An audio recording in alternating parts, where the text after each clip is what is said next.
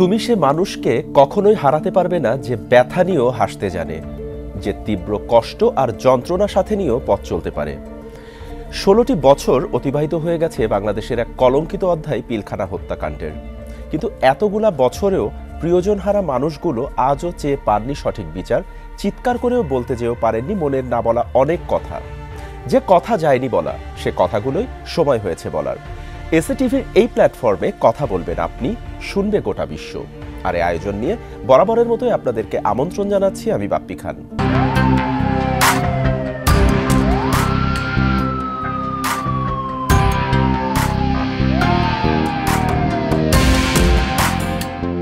আজ আমাদের সাথে কথা বলার জন্য আমন্ত্রিত অতিথি হিসেবে স্টুডিওতে রয়েছেন মেজর তানভীর হায়দার নূরের স্ত্রী তাসনুভা মাহা, যিনি ওই দিন পিলখানা হত্যাকাণ্ডের একজন প্রত্যক্ষদর্শী এবং একই সাথে বেশ নির্যাতনের শিকার। আমরা তার মুখ থেকেই শুনবো তার সাথে ঘটে যাওয়া বেশ কিছু হৃদয় বিদারক কথা এবং একই সাথে বেশ কিছু অপ্রিয় সত্য। তাসনুভা মাহা, আমি শুরুতে আপনাকে স্বাগত জানাচ্ছি আমাদের স্টুডিওতে। কেমন আছেন? আছি, আলহামদুলিল্লাহ ভালো। আমাকে আপনাদের অনুষ্ঠানে নিয়ে আসার জন্য অনেক ধন্যবাদ। জি, আমি শুরুতেই আপনার কাছে যদি জানতে চাই যে বিডিআর বিদ্রোহের এই যে পিলখানা হত্যাকাণ্ড নামে আমরা যেটিকে চিনি, এটি 16টা বছর অতিবাহিত হয়ে গেছে। পিলখানা হত্যাকাণ্ড যেটি, সেদিন আপনার স্বামী এই 57 জন যে সেনা কর্মকর্তা, তাদের মধ্যে তিনিও একজন ছিলেন এবং আপনিও সেদিন ঘটনাক্রমে পিলখানার মধ্যেই ছিলেন। আপনি ঘটনার একজন প্রত্যক্ষদর্শীও। কি হয়েছিল সেদিন আসলে?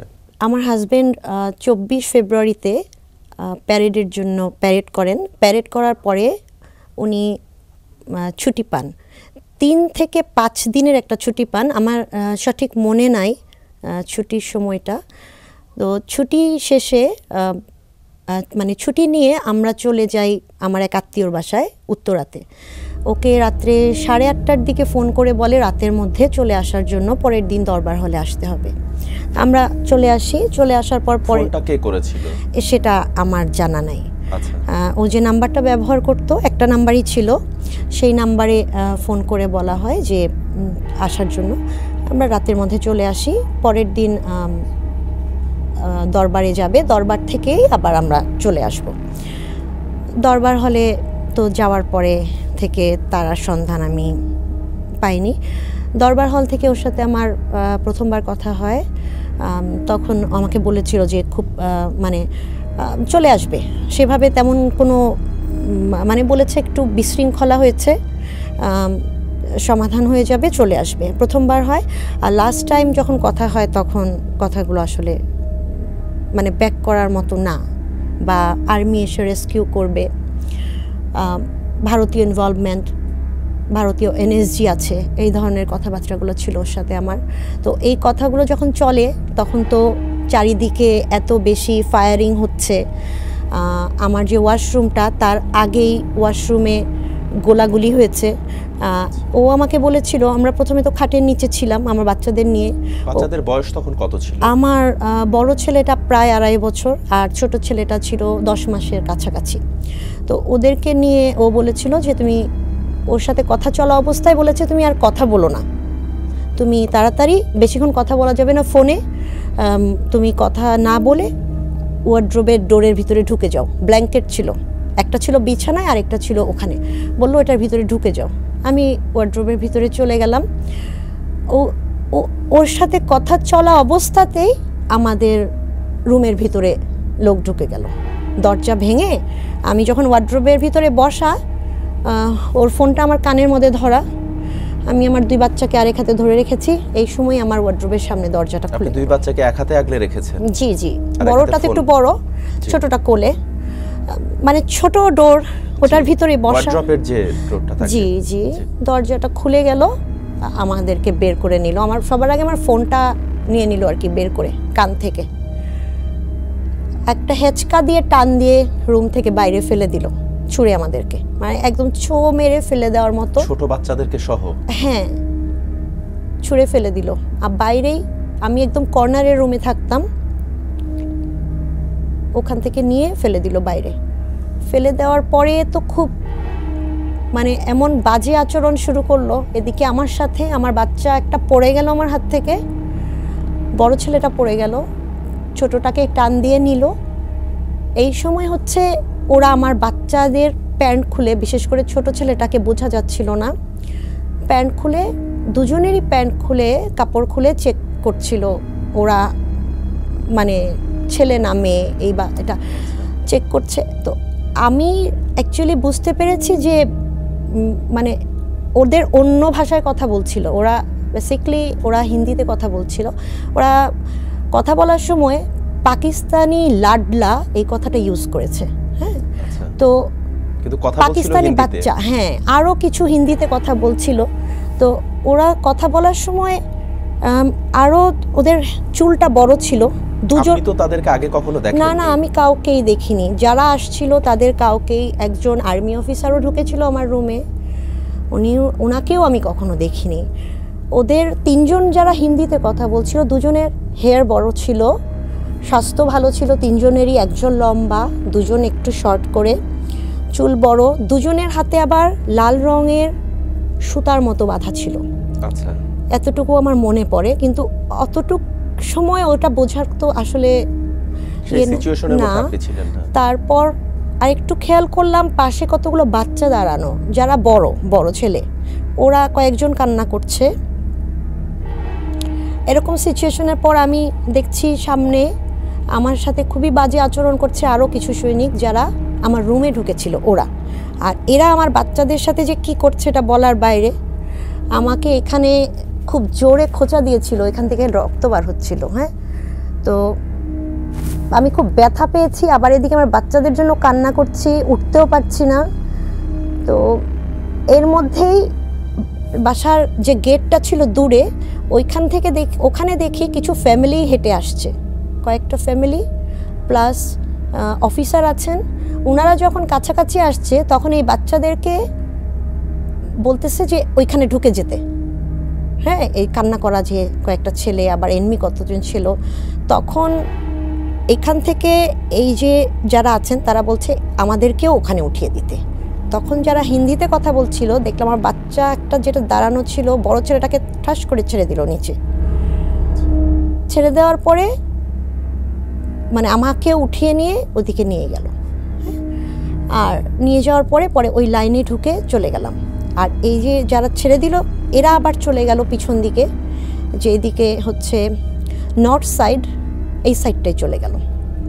পিছনে একটা টিউবওয়েল ছিল, জিমনেশিয়াম ছিল ওই পিছন পিলখানার মধ্যে। হ্যাঁ, আমরা যে বাসাটায় ছিলাম ওটা 3 রুমের একটা বাসা, নাম হলো ছায়ানীর। ওটার পিছনে একটা টিউবওয়েল ছিল, ওই দিকটায় মনে হলো চলে যাচ্ছে। তারপরে আমরা ওখান থেকে কোয়ার্টার গার্ডে চলে গেলাম। কোয়ার্টার গার্ডে চলে যাওয়ার পর তো আমাদের ঢুকালো, প্রথম যেই রুমটা ছিল সাউথ সাইডে, ওখানে ঢুকলাম, ঢুকতে পারছিলাম না। আমাদের পরে আরও একটা ফ্যামিলি আসলো, তাদেরকেও দেখলাম মেরে টেরে ঢুকানো হচ্ছে। তো আপনাকে কি কোনোভাবে শারীরিক নির্যাতন তারা করেছিল? যেটা হয়েছিল, আমাকে রুম থেকে যখন বের করে ওরা খুব বাজে আচরণ করছিল। তো এই সময় যে একজন লুঙ্গি পরা একজন অফিসার ছিল, আমি পরে বুঝতে পেরেছি তার পরিচয় এনটিভিতে দেখে। তো উনি বলছিল যে খোলা আকাশের নিচে মহিলার গায়ে হাত দেওয়া যাবে না। তো এটা আসলে আমি তো তখন বুঝিনি উনি অফিসার, পরবর্তীতে বুঝতে পেরেছি। আর এই যে আমাদের যখন ধরে নিয়ে যায় অ্যাকচুয়ালি কোয়ার্টার গার্ডে, তখন প্রত্যেকটা ফ্যামিলিকে, অফিসারকে প্রচণ্ড মারধর করা হয়েছে। বাট ওনার জন্য ফরচুনেটলি, আমাদের জন্য আনফরচুনেটলি, যে ওনাকে কিছুই বলা হয়নি। তিনি কে ছিলেন? মেজর মোকাররম। আচ্ছা।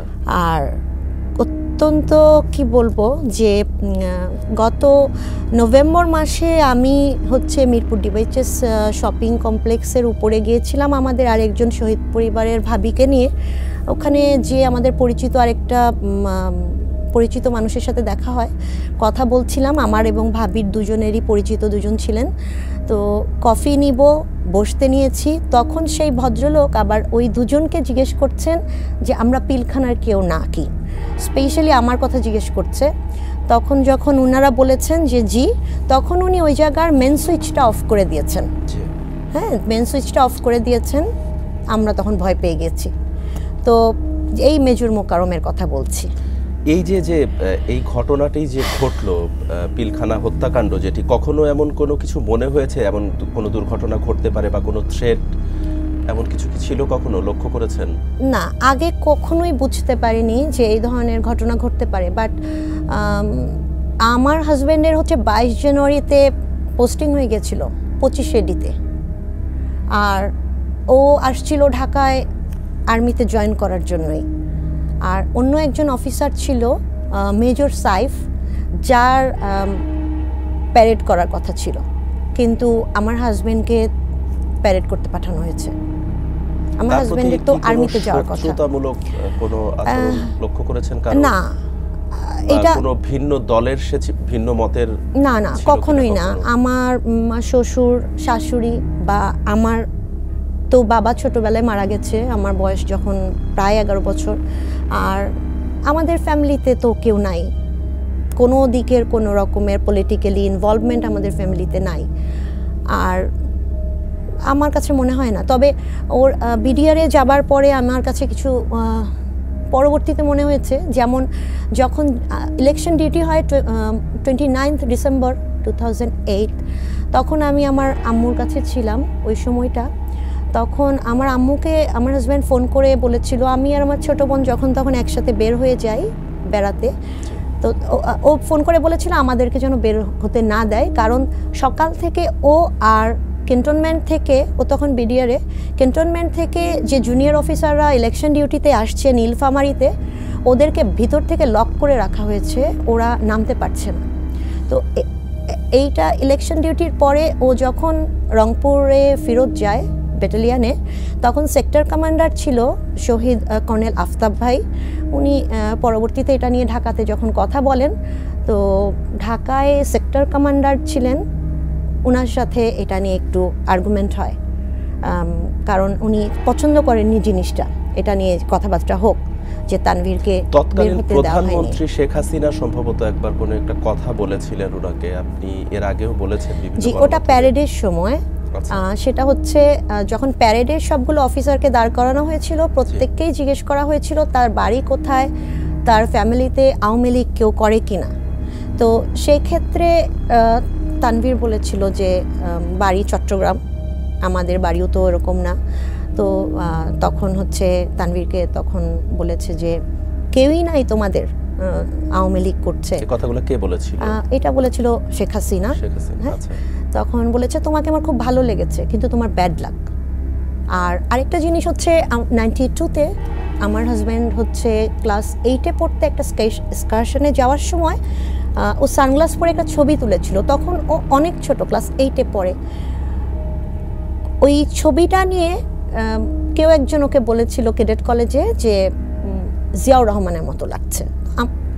সেইটা থেকেই কথা প্রসঙ্গে কোনো এক সময় এই কথাটা ছড়িয়ে গেছে, এত বছর আগের কথা, যে এই কথাটাই তাকে জিজ্ঞেস করেছিল যে তোমাকে জিয়াউর রহমানের মতো বলা হয়েছিল, তুমি কি জিয়াউর রহমানকে পছন্দ করো? এটা কি শেখ হাসিনা জিজ্ঞেস করেছে। জি। তো এই কথাটা এসে আমার হাজবেন্ড আবার আমার শাশুড়িকে, কিন্তু ওনার ব্যাড লাক এই কথাটা কেন বলেছে? এটা বলেছিল সবকিছু মিলিয়ে, তোমার দেশের বাড়ি, তারপরে কুমিল্লা ক্যাডেট কলেজে সে পড়ালেখা করেছে, তার বাবা মা কেউ আওয়ামী লীগ করে না, আমার ফ্যামিলিতে কেউ আওয়ামী লীগ করে না, তারপরে হচ্ছে তাকে ছোটবেলায় জিয়াউর রহমানের কথা বলা হয়েছিল। এই সব কিছু মিলিয়ে তার মনে হয়েছে যে এই কথাটা বলা যায়। আরেকটা জিনিস আপনাকে আমি ইলেকশন ডিউটির কথা বলছি। নীলফামারীতে ইলেকশন ডিউটির পরে আসাদুজ্জামান নূর এসে আমার হাজব্যান্ডের সাথে ডেকে ব্যাটালিয়ানের বাইরে নিয়ে কথা বলে। কথা বলার পরে বলেছিল যে আমার হাজব্যান্ড তো অনেক জুনিয়র, এই ইলেকশন ডিউটি নিয়ে বাইরে যেন আর কথা না বলে, তার ক্যারিয়ার অনেক ছোট, ক্যারিয়ারটা বড় করতে চাইলে এই প্রসঙ্গে যেন আর কখনোই কথাবার্তা না বলে। এমপি আসাদুজ্জামান নূর বলেছিলেন। আচ্ছা, সেদিনের ঘটনার বিশেষ কোনো স্মৃতি বা মুহূর্তের কথা আপনার মনে আছে কিনা আমি সেটি জানবো, তার আগে যাব ছোট্ট একটি বিরতিতে। সুপ্রিয় দর্শক, কথা বলার এ পর্যায়ে সময় হলো একটি বিরতিতে যাবার। ফিরে এসে শুনবো আরো অনেক অজানা কথা। কোথাও যাবেন না, থাকুন আমাদের সাথেই। বিরতির পর আরও একবার স্বাগত জানাচ্ছি। আপনারা দেখছেন যে কথা যায়নি বলা। আমাদের সাথে কথা বলছিলেন মেজর তানভীর হায়দার নূরের স্ত্রী তাসনুভা মাহা, আমি আপনার কাছে বিরতিতে যাবার আগে যেটি জানতে চাচ্ছিলাম যে সেদিনের ঘটনার, অর্থাৎ 2009 সালের যে 25-26 ফেব্রুয়ারি, সেদিনের ঘটনার বিশেষ কোনো স্মৃতি যেটি পুরো ঘটনাটাই অবশ্যই মনে দাগ কাটার মতো, তারপরেও এমন বিশেষ কোনো স্মৃতির কথা কি আপনার মনে পড়ে এই মুহূর্তে? এবং একই সাথে যদি এটাও জানতে চাই যে সেদিন সর্বশেষ কি কথা হয়েছিল মেজর তানভীরের সাথে আপনার? আমার হাজবেন্ডের সাথে তো আমার কথা বলা অবস্থায় আমাকে বের করে নিয়ে যায়, আমি বলেছি। এরপর ওর সাথে আমার আর কথা হয়নি। বিদায়ও তো নেওয়া হয় নাই, কথা বলা অবস্থায় ফোনটা কেড়ে নিয়েছিল আপনি যেটি শুরুতে বলছিলেন। তবে আমার হাজবেন্ড বলেছিল যে ও ছাড়া আর আর্মি রেস্কিউ করতে আসবে, এছাড়া যেন আমরা বের না হই। আর যদি বের হতে হয় মানে অন্য কেউ আসলে এখান থেকে যেন কারোর সাথে না যাই। ওনার তখনও আশা ছিল যে আসবে রেস্কিউ করতে। জি ছিল। আর আমার কাছে একটা কথা খুব মনে হয় যে আমার একটা আশা ছিল 26 তারিখে আমি যখন বের হচ্ছি পিলখানা থেকে, আমি পিক আপে করে আমাদের গেট পর্যন্ত নিয়ে আসলো। কোয়ার্টার গার্ডের সামনে থেকে পিক আপে করে গেট পর্যন্ত নেওয়ার পর আমি গেটের সামনে গিয়ে আমার আম্মু, আমার হাজব্যান্ডের ক্যাডেট কলেজের ফ্রেন্ডরা দাঁড়িয়েছিল। আমি ওখানে গিয়ে আমার হাজব্যান্ডের ডাক নাম রুমি, আমি ওদেরকে বলছিলাম রুমি কোথায়। আমাকে যখন আমি বাচ্চাদের দিয়ে দিয়েছি, আমি কোনোভাবে বের হচ্ছি না, তখন ওরা আমাকে বলেছে যে রুমি শুয়ে আছে, আসো। তারপরে আমি গেট থেকে বের হয়েছি। বের হওয়ার পর আমি খুবই অস্থির হয়ে জিজ্ঞেস করছি কোথায়, ওরা বলছে আছে আছে চলো। তারপরে আমি হেঁটে একটা র্যাবের মিনি বাস ছিল, ওটায় উঠলাম। উঠার পরের থেকে তো আমার আম্মুরা আলাদা চলে গেল গাড়িতে ক্যাডেটের ফ্রেন্ডদের সাথে, আমার শ্বশুরও ওদিকে চলে গেলেন। তারপরে ওখানে ওঠার পর আমি লেফটেন্যান্ট কর্নেল কামরুজ্জামান ভাইকে পেয়েছিলাম। তো আমার তখন মনে হয়েছে যে মনে হয় উনি দেখেছেন, কারণ আমি বের হয়ে তো দেখিনি। আমার তখন বিশ্বাস হচ্ছিল না, কারণ আমি আর আমার হাজব্যান্ডের অ্যাটাচমেন্টটা এরকম ছিল যে আমরা একজন একজনকে না দেখে থাকতে পারতাম না। মানে আমাদের মধ্যে 12 দিন পর্যন্ত আমরা একজন একজনকে না দেখেছিলাম, যেহেতু ও মিশন করেনি। তো আমার কেমন যেন একটা ফিল হচ্ছিল। তখন আমি ওনাকে বললাম আপনি, উনি র্যাবের ওই মিনি বাসটায় উঠে কিছু কথা বলছিলেন। তখন আমি ওনাকে বললাম যে আপনি কি এরকম তানভীরকে দেখেছেন? আমি 3-4 বার জিজ্ঞেস করাতে উনি আমার উপর খুব বিরক্ত হয়েছেন। তারপরে যাই হোক, আমি যখন স্টাফ কলেজে মিরপুর ক্যান্টনমেন্টে পৌঁছালাম, ওখানে দেখলাম যে কয়েকজন রিপোর্টার আসছে, ওনারা সাক্ষাৎকার দিচ্ছে। তো উনি দরবার হলের কথা বলছেন। তখন আমি আবার সাক্ষাৎকারের মধ্যে ঢুকে আবার ওনাকেই জিজ্ঞেস করছিলাম যে দেখেছেন কি না। তখন উনি খুব বিরক্ত হয়েছেন।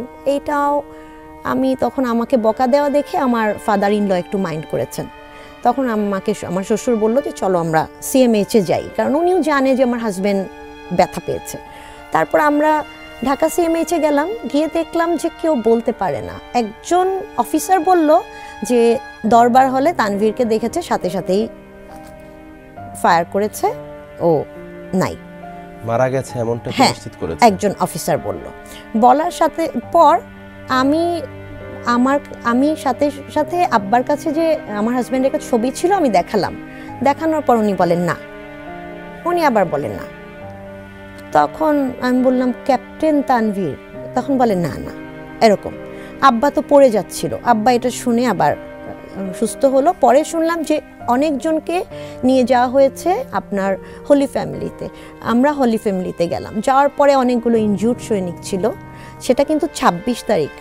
আমরা তাদেরকে ওই ছবি নিয়ে দেখাচ্ছি, দেখাতে দেখাতেই 3টা ব্যক্তি আমার হাজব্যান্ডের কথা বলল যে আমার হাজব্যান্ড বের হয়েছে পিলখানা থেকে। এটা শোনার পরে আমরা কিছুটা নিশ্চিন্ত হওয়ার পরে যাই হোক, কোথাও তো আর খোঁজ পাচ্ছি না যে কোন হাসপাতালে গেছে। হলি ফ্যামিলি, আব্বা আবার চলে গেল শিকদার মেডিকেলে রাত্রেবেলায়। আব্বা ওখানে গেল, আমাকে আমার হাজব্যান্ডের ফ্রেন্ডরা পৌঁছায় দিল আমাদের বাসায় রাত্রে 2টার দিকে আমি ফেরত আসলাম। দীর্ঘ খোঁজাখুঁজির পরও পাননি। এবং আমরা যতদূর জানি যে আপনাকে 4বার ডিএনএ টেস্ট করানো হয়েছে এবং আজ পর্যন্ত এই ঘটনার 16টি বছর অতিবাহিত হয়ে গেছে। মেজর তানভীরই হয়তো বা একমাত্র ব্যক্তি যিনি জীবিত না মৃত এবং তার দেহটাও আজ পর্যন্ত পাওয়া যায়নি। এই বিষয়টা নিয়ে যদি আপনি একটু পরিষ্কার করে বলেন।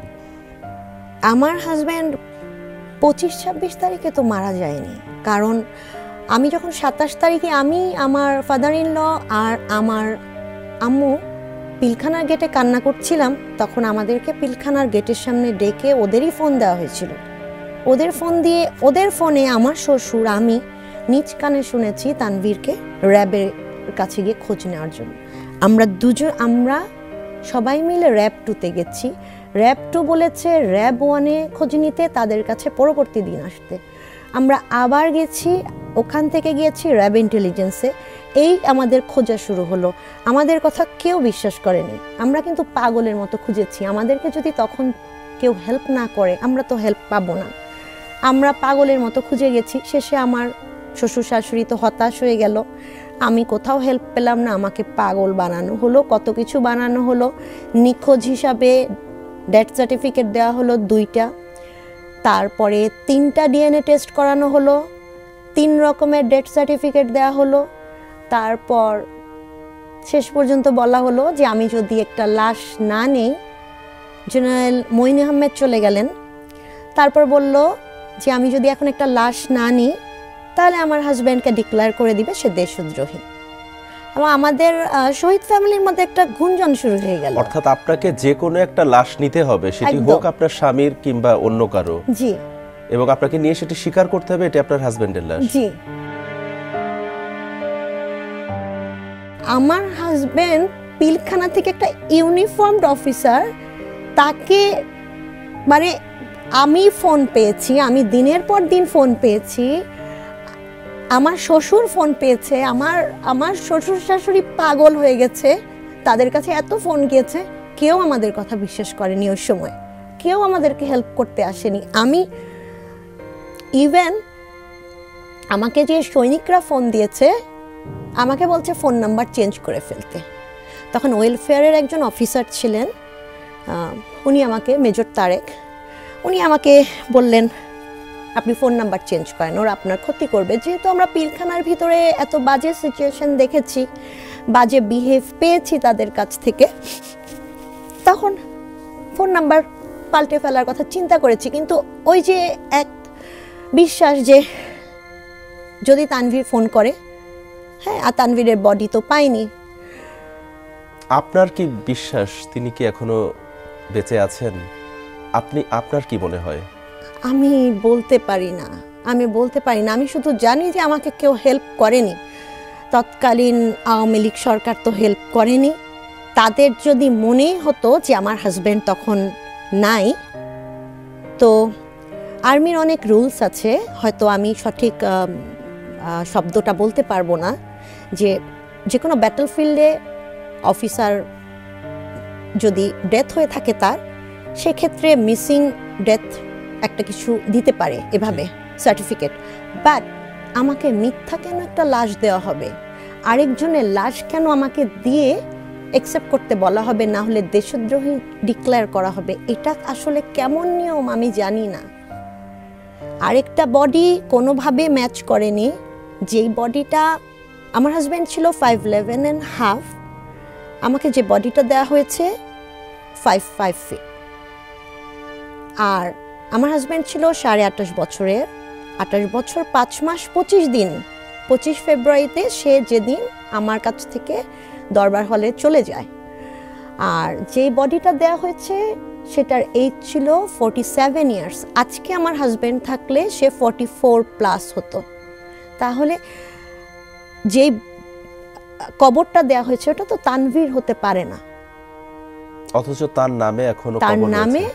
হ্যাঁ, তার নামে পরবর্তীতে 10 মাস 4 দিন পরে একটা কবর দেওয়া হলো। আর আপনি দেখেছেন কিনা আমি জানি না, সাংবাদিক ইলিয়াস হোসেন একটা ডকুমেন্টারি করেছেন, যে ডকুমেন্টারিতে 2009 সালে একজন সিপাহী সিআইডির কাছে একটা স্টেটমেন্ট দিয়েছে, যে স্টেটমেন্টে সে বলেছে যে এমপি তাপসের গাড়িতে সে আমার হাজব্যান্ডকে তুলে দিয়েছে। তাহলে আমার শ্বশুর শাশুড়ি এখন আরো ভেঙে পড়েছে। তাপসের গাড়িতে কে তুলে দিয়েছিল? সিপাহী মুহিত। আচ্ছা। তো আমার শ্বশুর শাশুড়ি বা আমি এই ব্যাপারটা স্বাভাবিকভাবে নিতে পারছি না, যেটা আমরা মনে করেন এতদিন জানতাম যে ঠিক আছে।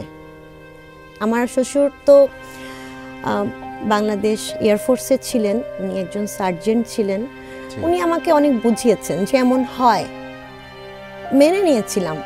বাট এই ডকুমেন্টারি দেখার পরে আমি আসলে স্বাভাবিক থাকতে পারছি না, না আম্মা না আমি।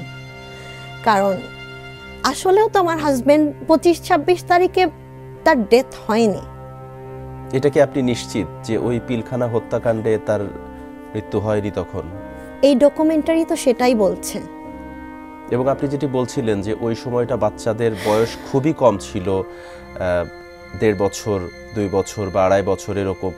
পরবর্তীতে বাচ্চারাও বড় হয়েছে, তাদেরকে আসলে কি বলে বোঝান বা এই বিষয়টা তারা কিভাবে দেখে? আসলে ওরা তো ছোটবেলা থেকেই মা কেন্দ্রিক সবকিছু, আর বাবা নাই, বাবা বেঁচে নাই, এভাবে করেই ওরা বড় হয়েছে। তো ওরা আসলে একটা বাবা না থাকায় যেভাবে বড় হয় বাচ্চারা, ওরা সেভাবেই বড় হয়েছে। আর পরবর্তীতে ক্যাডেট কলেজে গেছে, সেই এনভায়রনমেন্টটাই পেয়েছে। এর বেশি আমি আসলে এদিকে ওদেরকে কখনোই ফোকাস করতে দেইনি। আমি চাইনি আমার যে মেন্টাল প্রেশারটা নিয়ে আমি এত বছর কাটিয়েছি আমার বাচ্চাদের মধ্যে সেটা যাক। ইভেন আমার শাশুড়ি যেই জিনিসটা বোঝানোর চেষ্টা করেন, আমি আম্মাকে রিকোয়েস্ট করেছি যে আম্মা এটা যেন আমার বাচ্চাদের মধ্যে না ডেভেলপ করে, যে আমাদের মতো কষ্ট যেন ওরা এখনো না পায়। তো একটা বোধ তো থাকবেই যে বাবা নাই, বাট তারপরেও চেষ্টা করি যেন এই বোধটা এখনো না হয়, আর একটু ম্যাচিউরড হোক, আরো ম্যাচিউরড হোক। আমি আপনার কাছ থেকে আরো কিছু কথা জানবো, তার আগে সময় হয়েছে আরো একটি বিরতিতে যাবার। দর্শক, কথা বলার এ পর্যায়ে সময় হয়েছে আরো একটি বিরতিতে যাবার। ফিরে এসে জানবো আরো অনেক কথা। কোথাও যাবেন না, থাকুন আমাদের সাথেই।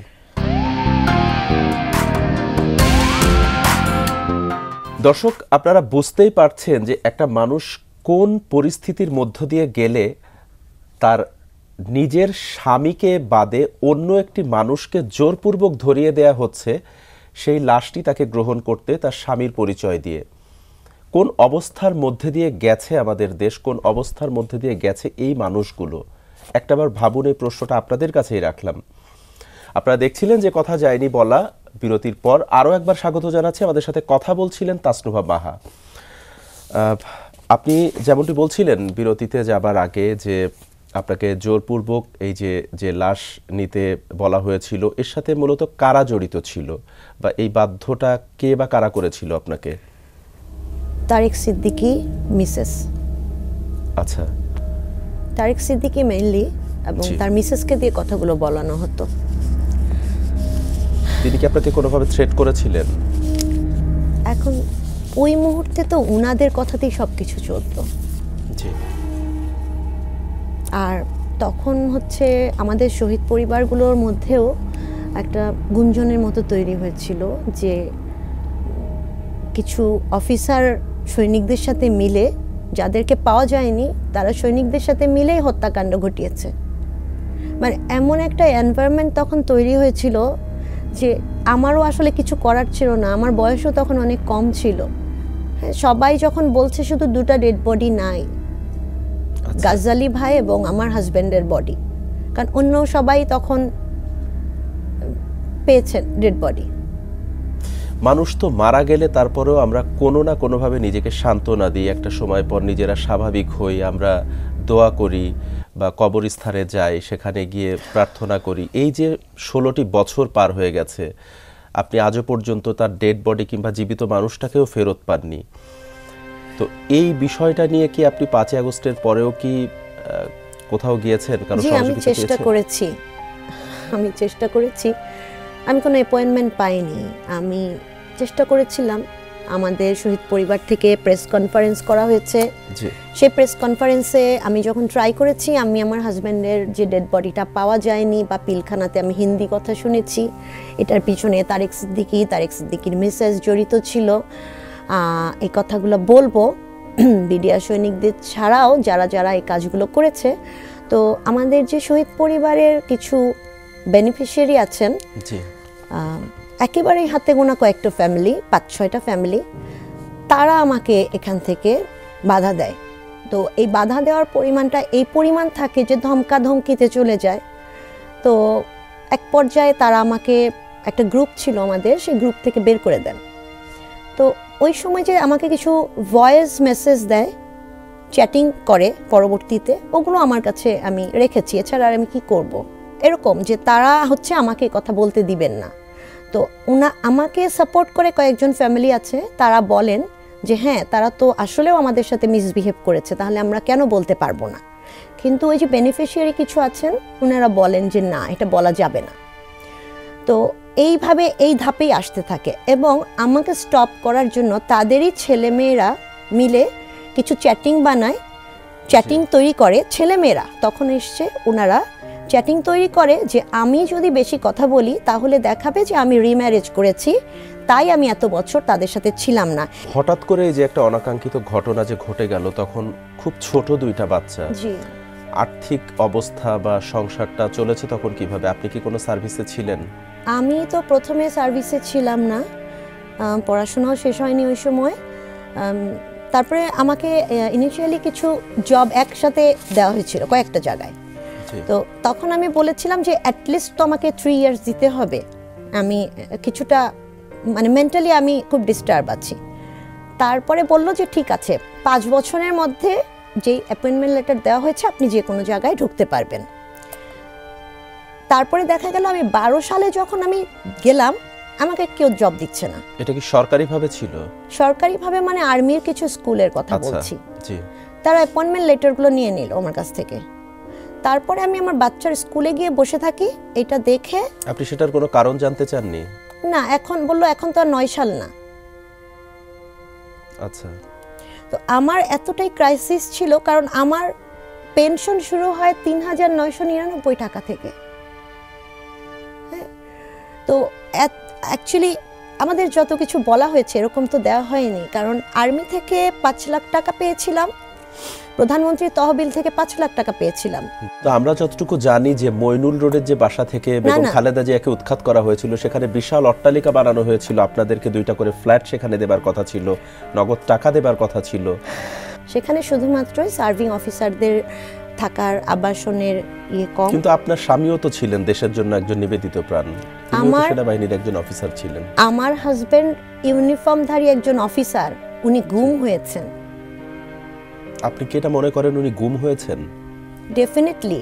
আমার হাজবেন্ডের যখন ডেড বডি নাই, আমার হাজবেন্ডের যখন মিথ্যা একটা বডি দেওয়া হয়ে তাকে দাফন করা হয় আওয়ামী লীগের আমলে, যেই সৈনিক মারধর খাওয়ার পরও একটা স্টেটমেন্ট দেয় যে সে তাপসের গাড়িতে তুলে দেওয়া হয়েছে, জি, এবং তাকে কন্ডেম সেলে রাখা হয়েছে, এখন পর্যন্ত তার স্টেটমেন্টটা নেওয়া হচ্ছে না, তাকে আপনি কি বলবেন? তাহলে আমার হাজবেন্ড গুম হয়েছে না? আমি যখন এই কথাগুলো জানাতে চেয়েছি আর্মিতে, আমাকে কোনো অ্যাপয়েন্টমেন্টই দেওয়া হয়নি। আপনি বিচারের দাবিতে তো শুরু থেকেই সোচ্চার ছিলেন, এবং সেটার জন্য আপনার উপর কোনো থ্রেট ছিল আমরা যেটি জানি, এবং আপনিও ইতিমধ্যে বলেছেন এখনো কি আছে কিনা। আমি তো এখন পর্যন্ত আমি এই কথাগুলোই তো আমি আর্মিতে জানাতে চেয়েছি, আমাকে অ্যাপয়েন্টমেন্টের ব্যবস্থা করেই দেওয়া হয়নি। কিন্তু 5 আগস্টের পরে কি এখনো এমন কোনো অবস্থা কি আসলেই আছে সত্যিকার অর্থে? আমার যে কথাটা, যে আমার হাজবেন্ড একজন আর্মি অফিসার, তো আমার হাজবেন্ডের বিষয়ে আমি কথা বলবো কার কাছে? আর্মির কাছে না? অবশ্যই। তো আমি যদি জুনিয়র অফিসারকে জানাতেই হয় যে আমি এই জন্য কথা বলবো, তাহলে তো আমি আসলে কর্তৃপক্ষের কাছে পৌঁছাতে পারবো না। আমি নিশ্চয়ই জুনিয়র অফিসারকে বলবো না যে আমি এই জন্য যেতে চাই, তাই না? আমি যে কথাটা যেখানে বলার অনলি তাকেই বলবো। আজকে আমি প্রেস কনফারেন্সে বলতে হচ্ছে, আজকে আমার কোনো ইন্টারভিউতে বলতে হচ্ছে, আমি তো অ্যাকচুয়ালি এটা বলতাম না, আমি শুধুমাত্র এই কথাগুলো একজনকেই বলতাম, অবশ্যই। তাই না? এবং আমি এরকমই বারবারই ফোন করেছি, বাট আমাকে কেউ অ্যাপয়েন্টমেন্ট দেননি। এবং এখনো অনেক কথা আছে যে আমি এক ব্যক্তিকেই বলতে চাচ্ছি, বাট আমাকে কেউ অ্যাপয়েন্টমেন্টগুলো সেই দেননি। ব্যক্তিটাকে, সেটা কি আমাদের সাথে শেয়ার করা যায়? না, আমি তো বললামই যে আমি একমাত্রই মনে করি যে আমাদের অভিভাবককে, আর্মির মানে মেইন যিনি আছেন তাকে আমি বলবো, তাই না? তো সেই কথাটা বলার জন্য আমি যথাযথ ব্যক্তিকে বলবো, কিন্তু আমাকে যথাযথ ব্যক্তি পর্যন্ত পৌঁছাতে দেওয়া হয়নি এখন পর্যন্ত। আমি যদি আপনার কাছে সর্বশেষ জানতে চাই যে এই যে ঘটনাটি ঘটে গেল আওয়ামী লীগের আমলে, এবং আপনিও বলছিলেন এর আগেও আমাদের বেশ কিছু অতিথি এসেছেন যারা সাবেক সেনা কর্মকর্তা, তারাও বলেছেন এর সাথে ভারতের যোগসাজশ ছিল এবং এটা পরিকল্পিত ছিল। আমি আপনাকে কি বলবো, শুধু সত্যি কথা বলার জন্য আমি যতগুলা জায়গায় জব করতে গেছি সেই অফিসগুলোতে 6-7 মাস পরে আমাকে ডেকে বলেছে যে ম্যাম আমরা অনেক সরি, আপনাকে তো অসম্মান করতে পারি না, কিন্তু আমাদের লাইসেন্স ক্যান্সেল হয়ে যাবে। আমার এত কষ্ট হয়েছে। আমাদের 3 বছর পর্যন্ত আর্মিতে একটা দুধের কুপন দেওয়া হতো। আমার বাচ্চারা অনেক ছোট ছিল, তো ওরা ফিডার খেত অনেক দিন। আমার এতটুকু সামর্থ্য ছিল না যে আমি ওদেরকে দুধ কিনে দিব। আমি ওদেরকে ভাতের মারও খাইয়েছি।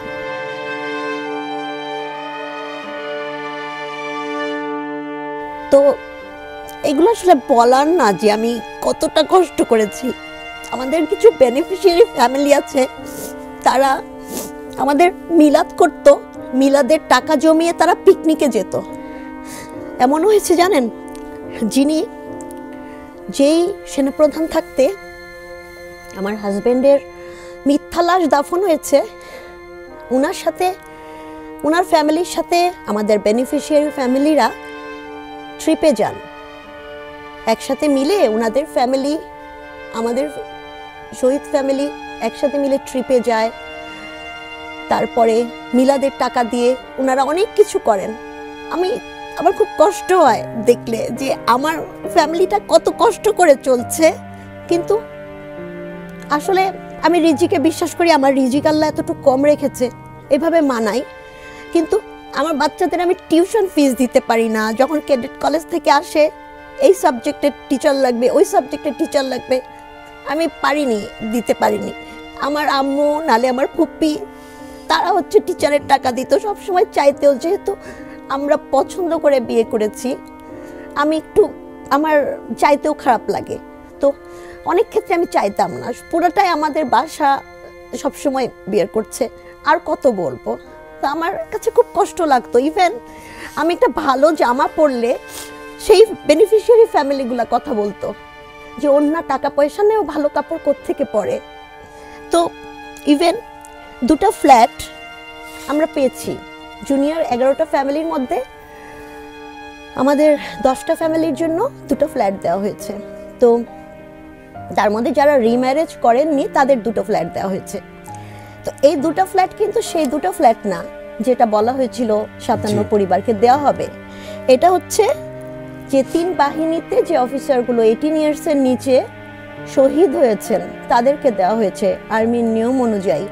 সেটাও বেনিফিশিয়ারি ফ্যামিলির সন্তানরা বসে বসে বলেন যে আমাদের তো হাজবেন্ডের পয়েন্ট কম ছিল, আমাদেরকে এক্সট্রা দেওয়া হয়েছে। তো এগুলো শুনতে অনেক কষ্ট লাগে, বুঝছেন, যে ইচ্ছা করে তো আমার হাজবেন্ড চলে যায়নি, বা যে অফিসাররা ওনাদের বাবা বা ওনাদের হাজবেন্ড চলে গেছে তারাও ইচ্ছা করে যায়নি, আমার হাজবেন্ডও ইচ্ছা করে যায়নি। বা আমি বলছি যে আমি যখন বলেছি আমার হাজবেন্ড তো ফোন আসছে একটু খোঁজ নেন, কেউ তখন খোঁজ নেওয়ার কথাও দেখেনি। সে তো বেঁচে থাকতেও পারতো।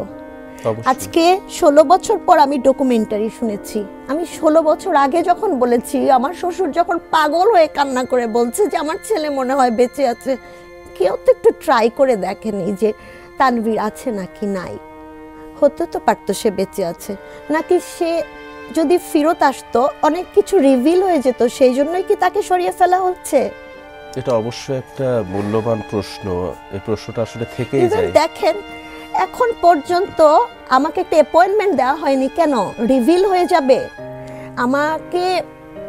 আমাকে কথা বলতেই দেওয়া হয় না। বিভিন্ন রিপোর্টার আমার সাথে কথা বলে, কথা বলার পরে তারা বাসায় আসতে পারে না, তাদেরকে ফোন করে বলা হয় আমার কথা যেন নেওয়া না হয়। আমার কথা নাকি তদন্ত কমিশনে বলা হলে কথাবার্তা আপনার নাকি তদন্ত নষ্ট হয়ে যাবে। ইভেন আমাদের বিডিআরের একজন একমাত্র শহীদের সন্তান, এটা আমার একটা বড় পয়েন্ট, সে কিভাবে বলতে পারে সে একমাত্র শহীদের সন্তান? আওয়ামী লীগের সময়ের গেজেট করে যাকে শহীদ বানানো হয়েছে, হ্যাঁ, এই গেজেট করেছে কে? কার আদেশে গেজেট হয়েছে? তারেক সিদ্দিকী, তৎকালীন ডিজিবিজিবি উনি। ওই সময় যারা যারা স্টেটমেন্টটা দিয়েছে সেটা তদন্তর পর, বর্তমানে তদন্ত হবে, তারপরে না দেখা হবে। ওই সময় থেকে এখন পর্যন্ত 57 জন অফিসারকে গেজেট করে কোনোভাবেই দেওয়া হয়নি কোনো রকমের শহীদের মর্যাদা। তাহলে সে প্রত্যেকটা জায়গায় কি করে বলে যে সে একমাত্র শহীদের সন্তান, যার বাবার ডেড বডিটা পাওয়া গেছে 7 থেকে 8 দিন পরে? এটা আপনি কার কথা বলছেন যদি একটু পরিষ্কার করে বলেন? একজন বিডিআর সদস্য আছেন, সেন্ট্রাল সুবেদার মেজর, এবং লিফলেট বিতরণের সময় সে এভরিথিং জানতো, সে ব্যক্তি। তারপরে হচ্ছে, কারণ সেন্ট্রাল সুবেদার মেজরের পাওয়ার অনেক বেশি, সে সব কিছু জানবে পিলখানার ভিতরে কি হচ্ছে না হচ্ছে। ইভেন ভিতরে যে আপনার যতগুলো গন্ডগোল হয়েছে, ভিতরে লিফলেট বিতরণ হয়েছে, তৎকালীন অফিসাররাও জানতেন। ভিতরে যে অফিসাররা শহীদ হয়েছেন ওনারা জানতেন, মিটিং হয়েছে ওনাদের মধ্যে, এটাকে কন্ট্রোল করবেন, এই ধরনের কথাবার্তাও হয়েছিল। তাহলে আমার কথা হচ্ছে যে এত কিছুই হয়েছিল, তাহলে ঢাকার বাইরে থেকে যে জুনিয়র অফিসাররা এসেছিল, তাদের ফ্যামিলি সহ ছিল, তাদেরকে বলা হয়নি কেন?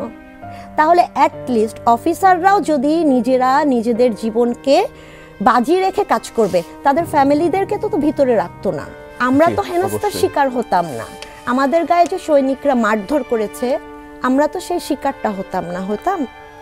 আমি বুঝতে পারছি আসলে আপনার এই আবেগের জায়গা, আপনি যে ত্যাগ স্বীকার করেছেন, ধৈর্য ধরেছেন, একই সাথে আপনি নির্যাতিত 16টি বছর ধরে আপনি এই যন্ত্রণা বয়ে নিয়ে বেড়াচ্ছেন এবং কারো কাছ থেকে কোনো সাপোর্ট পাননি। আমি অনুষ্ঠানের একদম সবশেষ পর্যায়ে চলে এসেছি। আমি সর্বশেষ আপনার কাছে ছোট করে একটু জানতে চাই যে ঠিক এই মুহূর্তে যদি আপনার কাছে জানতে চাই যে বর্তমান যে অন্তর্বর্তীকালীন সরকার রয়েছে, আপনার আসলে চাওয়াটা কি? যদি এক কথায় আপনার কাছে জানতে চাই। আমি একটা ক্লিন রিপোর্ট চাই, যেটাই কেউ হস্তক্ষেপ করবে না, কেউ না। সেটা সুন্দরভাবে তদন্ত হবে, সুন্দরভাবে সবকিছু রিভিল হবে, কেউ হস্তক্ষেপ করবে না, এবং সুন্দরভাবে সবকিছুর বিচার হবে। আর কিছু আমার এই বিষয়ে চাওয়ার নাই। সেখানে যে ব্যক্তি জড়িত থাকবে তার শাস্তি হবে। অসংখ্য ধন্যবাদ। এবং আমরাও প্রত্যাশা করি যে আপনার হাজবেন্ড, যিনি মেজর তানভীর হায়দার নূর, তিনি যদি বেঁচে থাকেন অবশ্যই যেন তাকে খুব দ্রুতই আপনি ফিরে পান। আর যদি তিনি ওই দিন শহীদও হয়ে থাকেন, তার লাশটা যেন অন্তত অবশ্যই আপনি বুঝে পান। আমাদের স্টুডিওতে আসার জন্য এবং আপনার মূল্যবান সময় দেওয়ার জন্য আপনাকে অসংখ্য ধন্যবাদ জানাচ্ছি। ধন্যবাদ আপনাকেও। কত ব্যথা বুকে চাপালে তাকে বলি আমি ধৈর্য, নির্মমতা কতদূর হলে জাতি হবে নির্লজ্জ। আসলে জাতি হিসেবে আমাদের লজ্জা কবে হবে আমরা নিজেরাও হয়তো জানি না। আর জীবনে এই ত্যাগের মাঝে, এই নির্মমতার মাঝে আর এই ব্যস্ততার মাঝেও মানুষের জীবনে হাজারো গল্প থাকে, তবে কিছু গল্পের শেষ হয় না কখনো। আমরা জানাতে চাই আপনার সাথে ঘটে যাওয়া নির্মম সেই বাস্তবতার গল্পগুলো। আমরা চাই স্বাধীন সার্বভৌম দেশে ধর্ম, বর্ণ, দল, মত নির্বিশেষে প্রতিটি মানুষ যেন তার স্বাধীনতায় বাঁচতে পারে, ভয়হীন ও নিরাপদ জীবন কাটাতে পারে। আপনার সাথে ঘটে যাওয়া যে কোনো ঘটনা এসটিভির এই প্ল্যাটফর্মে এসে বলতে যোগাযোগ করুন স্ক্রিনে দেয়া নাম্বারে, অথবা মেইল করুন যে কথা যায়নি বলা @gmail.com এই মেইলে। আজ বিদায় নিচ্ছি, ফিরছি আগামী বুধবার ঠিক রাত 9টায় নতুন কোনো অতিথি নিয়ে, বলতে না পারা নতুন কিছু কথা নিয়ে। সে পর্যন্ত সবাই ভালো থাকুন, সুস্থ থাকুন, নিরাপদে থাকুন এসটিভির সাথে। আল্লাহ হাফেজ।